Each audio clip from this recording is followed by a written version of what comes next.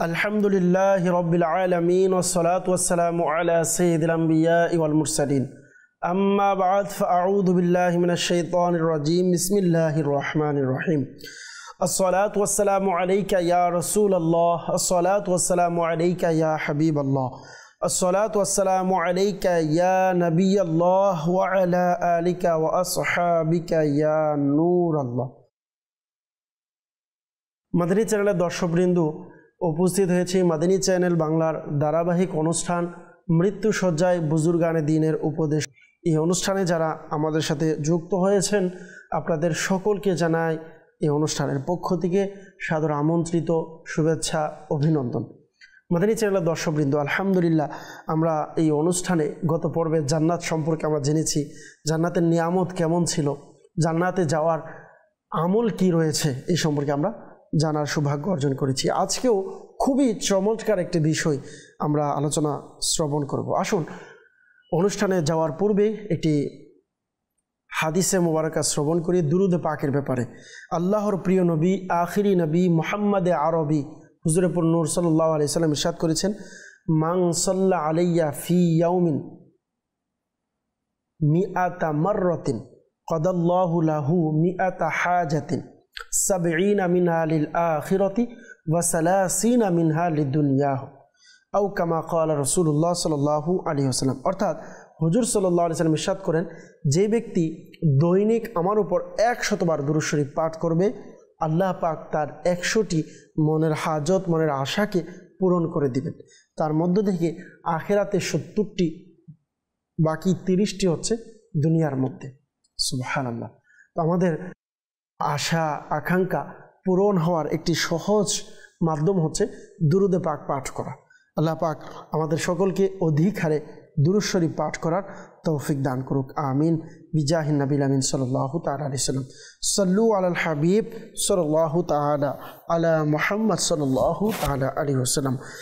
দর্শকবৃন্দ, আসুন আমরা শ্রবণ করি ইমাম আহমদ বিন হাম্বল রহমতুল্লাহি তাআলা আলাইহির একটি বাণী।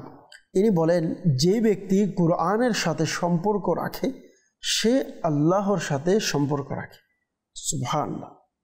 এবং হযরত আব্দুল্লাহ ইবনে মাসউদ রাদিয়াল্লাহু তাআলা আনহু বলেন, যদি তোমরা জানতে কুরআনের কি ফজিলত, তাহলে তোমরা কখনো এক মুহূর্তের জন্যও তেলাওয়াত বন্ধ করতে না। সুবহানাল্লাহ।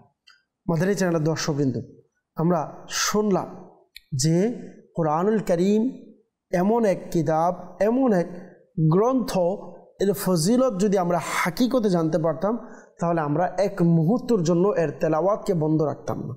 সুবহানাল্লাহ। এবং ইমাম আহমদ ইবনে হাম্বল রহমতুল্লাহ তাআলা বলেন, যে ব্যক্তি কোরআনের সাথে সম্পর্ক রাখে সে যেন মূলত আল্লাহ পাকের সাথে সম্পর্ক রাখে। সুবহানাল্লাহ।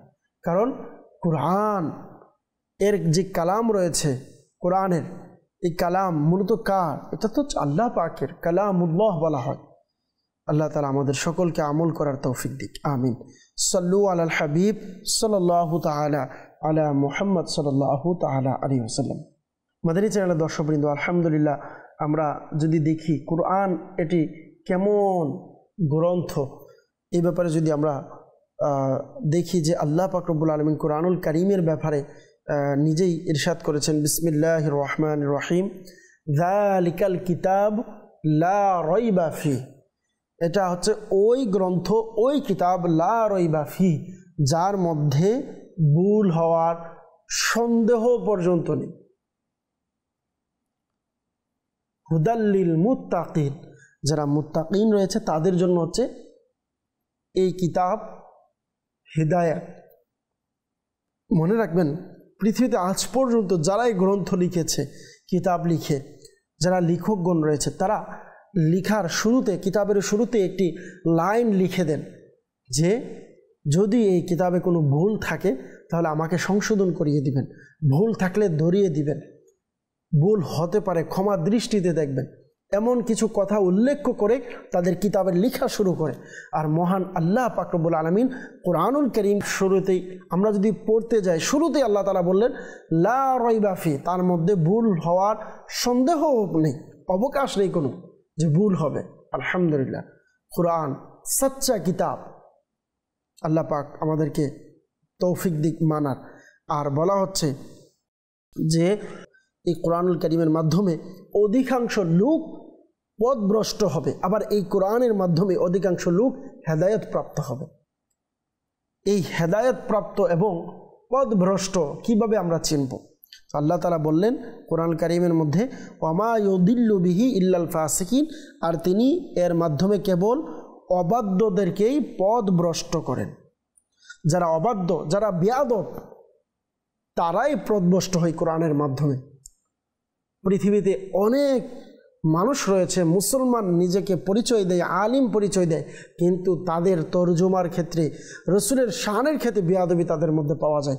কোরআন থেকে রসুলের বেয়াদবি বের করার চেষ্টা করে, রসুলের শান ছোট করার চেষ্টা করে কোরআনের মাধ্যমে। মনে রাখবেন, যারা অবাধ্য, যারা কোরআনের উপর প্রশ্ন ছুড়তে চায়, যারা কোরআনের উপর আপত্তি করতে চায়, তারা এই কোরআনের মাধ্যমে পথভ্রষ্ট হবে। আল্লাহ পাক আমাদের সকলকে হেফাজত রাখুক। আল্লাহ পাক আমাদের সকলকে কোরআনুল কারীমের মাধ্যমে কোরআনের ফয়েজ হাসিল করার তৌফিক দান করুক। আমিন। সাল্লু আলাল হাবিব সাল্লাল্লাহু তাআলা আলা মুহাম্মদ সাল্লাল্লাহু তাআলা আলাইহি ওয়াসাল্লাম। কোরআনের সাথে আমাদের সম্পর্ক হওয়া চাই এমন যেন আমরা কোরআন দৈনিক তেলাওয়াত করি।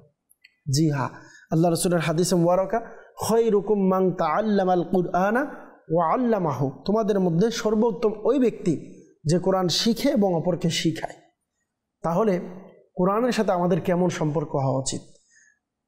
ইমাম ইবনে হাম্বল রাহমাতুল্লাহ তাআলা আলাইহি ইনি নিজেই আমাদেরকে বলেছেন, এনার উপদেশ যে কোরআনের সাথে সম্পর্ক মানে হচ্ছে মূলত আল্লাহ পাকের সাথে সম্পর্ক। কিন্তু এই কোরআন আমরা কয়জনে সহি শুদ্ধভাবে পারি? কয়জন সহি শুদ্ধভাবে তেলাওয়াত করতে পারি? আমরা কি শিখেছি? শিখে নাই।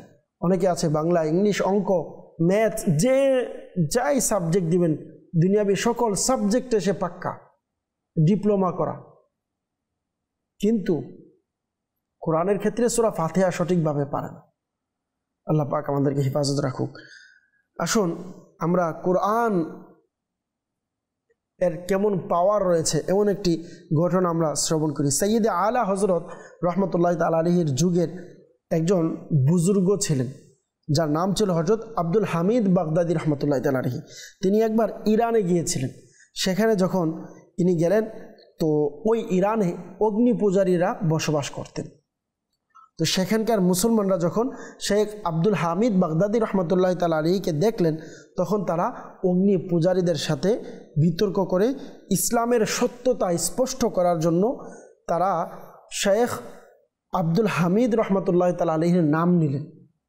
তো এই কাজের জন্য বিতর্কের কথা যখন হযরত শেখ আব্দুল হামিদ রহমতুল্লাহ তাআলা আলাইহিকে বললেন, তখন তিনি বললেন যে এই কাজের জন্য বিতর্কের কোনো প্রয়োজন নেই।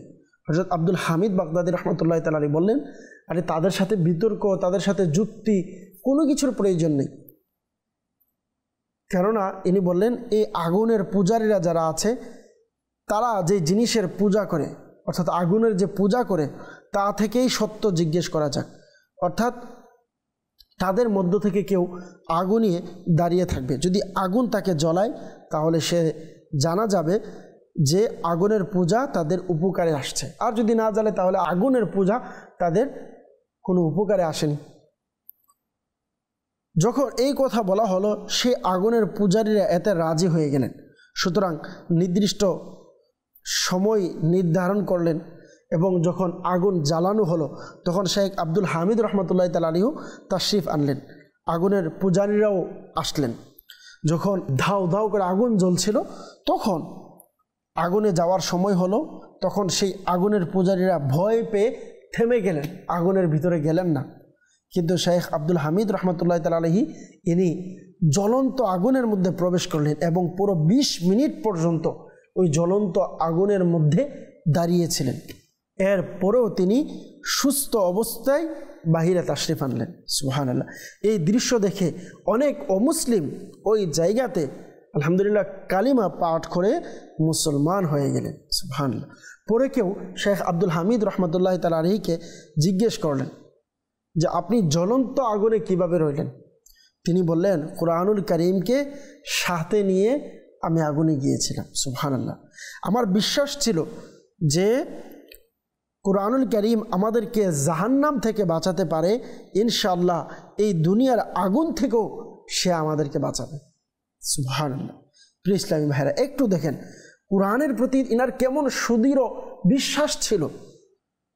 আমাদের এমন অভিজ্ঞ বা এইরকম অভিজ্ঞতা যাচাই করা উচিত না, অর্থাৎ তাদের বিশ্বাস যাচাইয়ের জন্য আগুনে ঝাঁপিয়ে পড়া উচিত নয়। তবে এটি তো আবশ্যক যে কোরআনুল কারীমের প্রতি দৃঢ় বিশ্বাস আমরা রাখি, এমন মজবুত বিশ্বাস যাতে কোনো কুমন্ত্রণা না আসে কোরআনুল কারীমের ব্যাপারে। আল্লাহ পাক আমাদেরকে বুঝার তৌফিক দান করুক, আমিন। সাল্লু আলাল হাবিব সাল্লাল্লাহু তাআলা আলা মুহাম্মদ সাল্লাল্লাহু তাআলা আলাইহি ওয়াসাল্লাম। আমরা এই কোরআনের মাধ্যমে কিভাবে কোরআনকে আমাদের নিজের মনে করতে পারি? মনে রাখবেন, কোরআন কারীম, কোরআন হচ্ছে আমাদের ইমাম। জি হ্যাঁ, কোনো বৈজ্ঞানিক তথ্য বা কোনো অমুসলিম যদি গবেষণা করে, কোনো পার্থিব আইন, কোনো দার্শনিকের তথ্য যদি কোরআন কারীমের পরিপন্থী হয়, তাহলে সেই তথ্য, সেই ধারণা, সেই গবেষণায় ভুল হতে পারে, কিন্তু কোরআনুল কারীমের মধ্যে কোনো ভুল নেই। মনে রাখবেন, কোনো শিক্ষায়, কোনো সময়, কোনো মুহূর্ত, কোনো যুগে কারো অধিকারেই এইটি সম্ভব হয়নি যে কোরআনের মধ্যে ভুল বের করতে পারবে। তাই আমাদের প্রত্যেকের জন্য আবশ্যক যে আমরা প্রতিটি বিষয়ে কোরআন ও হাদিসকে আমাদের ইমাম যেন আমরা বানাই। জি হ্যাঁ, যে কথা কোরআন হাদিসে মিলে যায় তা আমাদের মন এবং প্রাণে আমরা ধারণ করব, ইমাম বানাবো। আমাদের ইমাম হচ্ছে কি? কোরআন। মনে রাখবেন, সাহাবী রাসূল হযরত আব্দুল্লাহ ইবনে মাসউদ রাদিয়াল্লাহু তাআলা আনহু খুবই সুন্দর করে বলেছেন, ইন্নাল কুরআনা শাফিউ ওয়া মুশাফফা। কোরআনুল কারীম সুপারিশকারী এবং সুপারিশ গ্রহণ করা হবে। ফামান জাআলাহু আমামাহু কাদাহু ইলাল জান্নাহ। সুবহানাল্লাহ। যে কোরআনুল কারীমকে নিজের ইমাম ও পথ প্রদর্শক বানাবে, কোরআনে পাক তাকে জান্নাতে নিয়ে যাবে। সুবহানাল্লাহ। ওয়ামান জাআলাহু খালফাহু সাকাহু ইলান নার। আর যে কোরআনুল কারীমকে পেছনে ফেলে দিবে, কোরআনুল কারীম তাকে জাহান্নামে ঠেলে দিবে। মাদানী চ্যানেলের দর্শকবৃন্দ, আমরা যে হাদিস মুবারক শ্রবণ করলাম, আজকে আমরা কোরআনুল কারীমকে তেলাওয়াত করা ভুলে যাচ্ছে। কোরআনুল কারীম আমাদের ঘরে আছে, বছরের পর বছর, মাসের পর মাস পরে আছে। শুধু রমজান মাস আসলে আমরা কোরআন কারীমকে ধরার জন্য যাই। রমজান মাস আসলে আমাদের তেলাওয়াতের সময়ে, কিন্তু একটা সময় ছিল যখন ফজর আজান দিত, প্রত্যেকটা ঘরে ঘরে মহিলাদের কোরআনের তেলাওয়াতের আওয়াজ আসত। আমাদের মা বোনেরা তেলাওয়াত করতেন ঘরে বসে। ছোট ছোট বাচ্চারা মক্তবে কোরআন পড়ার জন্য ফুরকানিয়া মাদ্রাসায় চলে যেতেন। কিন্তু এই বিষয়গুলো আজ আস্তে আস্তে যেন বিলীন হয়ে যাচ্ছে। কোরআনের সাথে আমাদের সম্পর্ক নেই। কোরআন থেকে যেন আমরা দূর হয়ে যাচ্ছি। কোরআন যেন আমাদেরকে চাচ্ছে, কিন্তু আমরা কোরআনকে চাচ্ছি না, এমন মনে হচ্ছে। মাদানী চ্যানেলের দর্শকবৃন্দ, আসুন কোরআনের সাথে আমরা সম্পর্ক করি। আজকে যে টাকা, ধন, সম্পদ, পরিবার, আওলাদ, এত কিছু যাদের জন্য করছি, এরা কিন্তু আমার চোখ বন্ধ হওয়ার সাথে সাথে এদের কোনো কিছুই আমার কাজে আসবে না। এদের সাথে সম্পর্ক, কোনো বড় পার্টির সাথে আমার সম্পর্ক, বড় নেতার সাথে আমার সম্পর্ক, আমি বড় নেতার ডান হাত, আমি বাম হাত, আমি সব কিছু নেতার।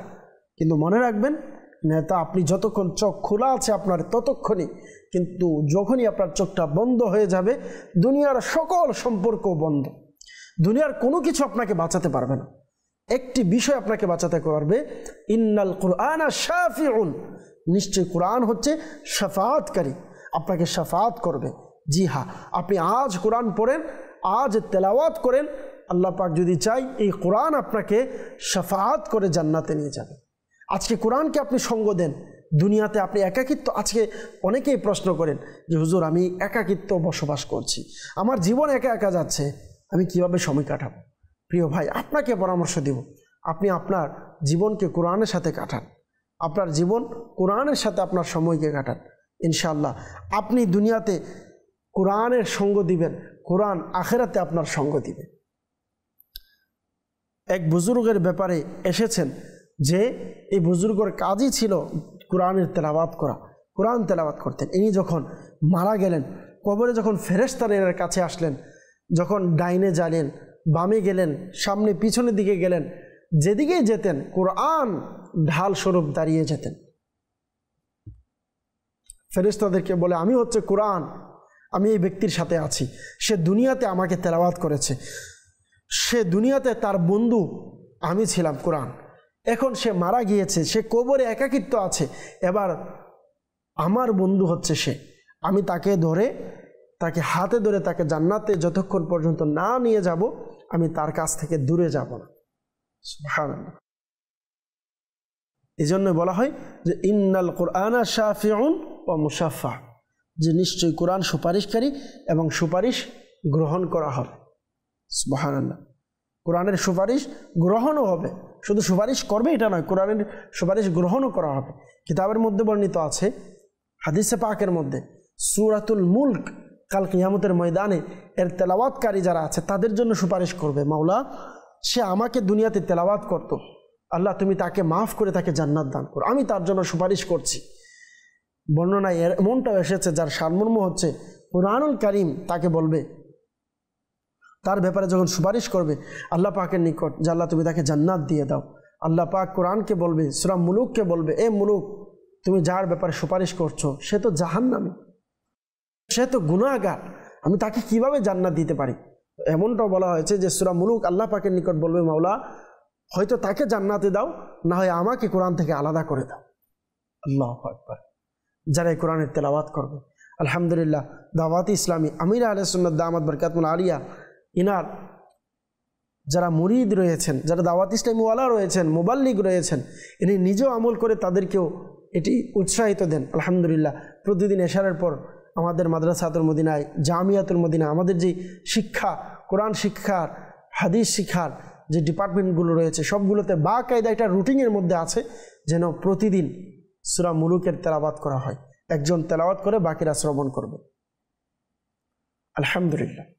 আপনাকেও দাওয়াত দেব, যারা আমাকে দেখছেন এই মুহূর্তে, আপনি যদি কোনো প্রতিষ্ঠানের সাথে আপনার সম্পর্ক থাকে, রিলেটিভ থাকে আপনার, আপনি যদি কোনো শিক্ষক হন, আপনি কোনো টিচার হলে আমি আপনাকে বলবো, আপনি ছাত্রদের মাঝে, আপনি কোনো প্রতিষ্ঠানের সাথে আপনার সম্পর্ক থাকলে ওই প্রতিষ্ঠানে নিয়মটি চালু করুন যে প্রতিদিন এশারের নামাজের পর অথবা অন্য একটি সময়ে নামাজের পরে সূরা মুলুকের তেলাওয়াত একজন করবে, বাকিরা শ্রবণ করবে, মাত্র 2 থেকে 5 মিনিট সময় লাগবে। কিন্তু এই আমল যদি আমরা প্রতিদিন করতে পারি, আপনি কারোর সাথে সম্পর্কে, আপনি ঘরে আছেন, আমি বলবো প্রতিদিন ঘরের মধ্যে একটা হালকা লাগান 5 মিনিটের, সূরা মুলুক তেলাওয়াত করবেন, ঘরের অন্যান্য যারা সদস্য আছে তারা শ্রবণ করবে ইনশাআল্লাহ কারীম। এই সূরা মুলক, এই কোরআন আমাদের জন্য সুপারিশ করবে। সাল্লু আলাল হাবিব সাল্লাল্লাহু তাআলা আলা মুহাম্মদ সাল্লাল্লাহু তাআলা আলাইহি ওয়াসাল্লাম। যদি কেউ কোরআনুল কারীম তেলাওয়াত করে তাদের ব্যাপারে আল্লাহ তাআলা কেমন ফজিলত দিয়েছেন, বরকত দিয়েছেন, আমরা যদি দেখি কিতাবের মধ্যে যে আল্লাহ পাক রব্বুল আলামিন যারা এর তেলাওয়াত করবে এদের জন্য কি রেখেছেন, এদের ফজিলত কি, এরা যদি তেলাওয়াত করে, বলা হচ্ছে যে নামাজের মধ্যে যদি কোরআনের কেউ তেলাওয়াত করে, সে যদি দাঁড়ানো অবস্থায় নামাজে কোরআনের তেলাওয়াত করে, তাকে প্রত্যেকটা হরফের বিনিময়ে আল্লাহ পাক তাকে 100টি নেকি দান করবে। সুবহানাল্লাহ। সে যদি বসে নামাজ পড়ে তাহলে তাকে 50টি করে নেকি দিবে। কেউ যদি উজু সহকারে কোরআন তেলাওয়াত করে তাকে 25টা নেকি দিবে। কেউ যদি উজু ছাড়া তেলাওয়াত করে তাকে আল্লাহ তাআলা 10টি নেকি দিবে। সুবহানাল্লাহ। মনে রাখবেন, কোরআনুল কারীম ইসলামের পতাকা ধারণকারী এবং কোরআনকারী আল্লাহ পাকের বিশেষ বান্দা। কোরআনে যারা কারি রয়েছে, তেলাওয়াতকারী রয়েছে, তারা হচ্ছে আল্লাহ পাকের বিশেষ বান্দা। কোরআন তেলাওয়াতকারী আল্লাহর আযাব থেকে সুরক্ষা থাকবে। কোরআন তেলাওয়াতকারী এর বরকতে উন্নতি লাভ করে এবং বড় বড় মর্যাদা অর্জন করে। সুবহানাল্লাহ। কোরআন মাজিদ তেলাওয়াত করার এমন সওয়াব, এমন উপকারিতা রয়েছে, কিন্তু আমরা তেলাওয়াত করছি না। আমাদের উচিত যে আমরা কোরআনের তেলাওয়াতকে আমাদের দৈনন্দিন রুটিনের মধ্যে যেন অন্তর্ভুক্ত করি, কমপক্ষে 1 পেজ। জি হ্যাঁ দর্শকবৃন্দ, আপনাকে বলবো আপনি কমপক্ষে 1 পেজ পড়েন, কিন্তু কোরআন তো পড়েন। যেখানে খাবার ছাড়া আমাদের দিন কাটে না, তেমনি কোরআন তেলাওয়াত আত্মার খোরাক, এটি ছাড়া যেন আমাদের দিন না কাটে। এমন যেন উচিত হয়। আল্লাহ তাআলা আমাদেরকে তৌফিক দান করুক। সল্লু আলাল হাবিব সাল্লাল্লাহু তাআলা আলা মুহাম্মদ সাল্লাল্লাহু তাআলা আলাইহি ওয়াসাল্লাম। এই জন্য বলা হয় यही है आरज़ू तालीम कुरान आम हो जाए, तलावत करना सुबह शाम मेरा काम हो जाए। आमीन आमीन। আল্লাহ পাকের নিকট এটাই দোয়া, এটাই চাওয়া, यही आरज़ू तालीम कुरान आम हो जाए, কোরআনের তালিম যেন, শিক্ষা প্রচার যেন ঘটে যায়। তেলাওয়াত করনা সুবহ শাম মেরা কাম হো যায়, তেলাওয়াত করা যেন প্রতিদিন সকাল সন্ধ্যা আমার দৈনন্দিন কাজ হয়ে যায়। আমিন আমিন। আল্লাহ পাক যেন আমাদেরকে কোরআনুল কারীমের তেলাওয়াত করার তৌফিক দান করে। আমিন। সল্লু আলাল হাবিব সাল্লাল্লাহু তাআলা আলা মুহাম্মদ সাল্লাল্লাহু তাআলা আলাইহি ওয়াসাল্লাম। কোরআন কারীমের তেলাওয়াতের সাথে সাথে কোরআন কারীমকে বোঝারও চেষ্টা করুন। কোরআন কারীমের সাথে সম্পর্ক তৈরি করার গুরুত্বপূর্ণ এর একটি ভিত্তি হলো আমরা এটিকে যেন বোঝার চেষ্টা করি। যদিও কোরআন কারীমের অর্থ না বুঝে তেলাওয়াত করাও অনেক ফজিলতের কাজ, তবে কোরআন কারীমকে বোঝার যে ফজিলত তার আলাদা শান। যেমন হযরত ওয়াহাব বিন ওয়ার্দ রাহমাতুল্লাহ তাআলা আলাইহি বলেন, আমরা কোরআনে পাকের তেলাওয়াত করা, এটি অনুধাবন করা, এতে গভীরভাবে চিন্তা করা থেকে বেশি হৃদয়কে নরম করার মতো কোনো জিনিস পাইনি। সুবহানাল্লাহ। বলা হচ্ছে যে কোরআন কারীমের আপনি যত তেলাওয়াত এর পাশাপাশি যত এটা বুঝবেন, এটার তর্জমা পড়বেন, এটাকে ব্যাখ্যা বোঝার চেষ্টা করবেন, আপনার হৃদয় তত বেশি নরম হবে। এই জন্যই উলামায়ে কেরামগণের অন্তর কেন নরম হয়, আল্লাহর নেককার বান্দা যারা রয়েছেন তাদের অন্তর কেন নরম থাকে, কারণ তারা কোরআন তেলাওয়াত করে, তেলাওয়াত বুঝে, বোঝার পর ব্যাখ্যা পড়ে। আপনাদেরকে অনুরোধ করব যদি সম্ভব হয় কোরআনের তেলাওয়াত করুন, পাশাপাশি কোরআন কারীমের তর্জমা পড়ার চেষ্টা করবেন। তবে বাজারের মধ্যে সস্তা দামের কোরআন কারীমের যে অর্থ পাওয়া যায় এগুলো আপনারা ক্রয় করবেন না। আপনাদেরকে অনুরোধ করব, আলহামদুলিল্লাহ নির্ভরযোগ্য যে অনুবাদ পড়লে আপনার অন্তরে ঈমান তাজা হবে, আপনার অন্তর নূর হবে, আলোকিত হবে। আল্লাহ পাক আমাদের সকলকে কোরআনের সাথে সম্পর্ক রাখার তৌফিক দান করুক। মাদানী চ্যানেলের দর্শকবৃন্দ, ইনশাআল্লাহ কারীম আবারও আগামী পর্বে আপনাদের সকলের সাথে দেখা হবে। এ পর্যন্ত সকলে ভালো থাকুন, সুস্থ থাকুন, মাদানী চ্যানেল দেখতে থাকুন। সল্লু আলাল হাবিব সাল্লাল্লাহু তাআলা আলা মুহাম্মদ সাল্লাল্লাহু তাআলা আলাইহি ওয়াসাল্লাম।